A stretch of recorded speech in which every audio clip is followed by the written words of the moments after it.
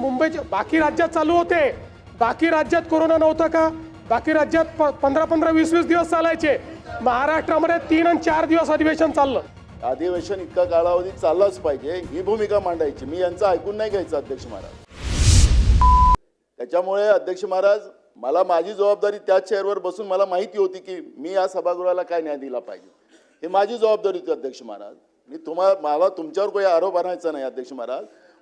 मी तुमच्याकडून न्याय याच्यासाठी मागतो अध्यक्ष महाराज, कारण की या सभागृहाचं तुम्ही आमचे प्रमुख आहात, तुमच्याकडे आम्हाला मागणी करण्याचा अधिकार आहे.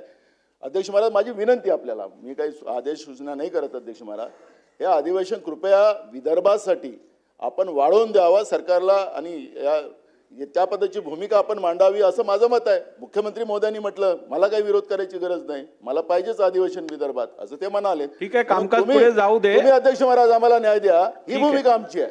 गरज पडल्यास विचार करू. अध्यक्ष महोदय, एक रेकॉर्ड मला क्लिअर केला पाहिजे.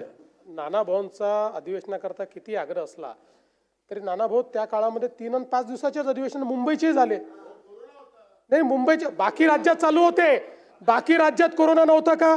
बाकी राज्यात 15-15, 20-20 दिवस चालायचे. महाराष्ट्रामध्ये 3 आणि 4 दिवस अधिवेशन चाललं.